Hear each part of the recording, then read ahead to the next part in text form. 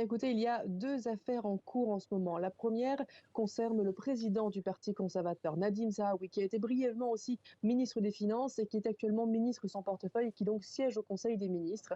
Eh bien, il a dû payer 5 millions de livres sterling au Trésor public, aux impôts finalement, parce que il avait mal déclaré une partie de ses revenus, a priori, par rapport à la société de sondage YouGov qu'il a cofondée. Donc 5 millions qui est l'arriéré des impôts, mais aussi une pénalité.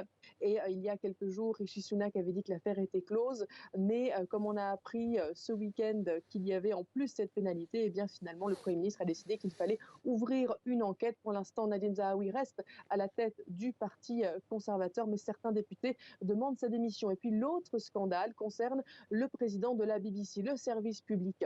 Richard Sharp aurait été un entremetteur pour permettre à Boris Johnson, ancien Premier ministre, à toucher un prêt, à avoir accès à un prêt de 900 000 euros environ.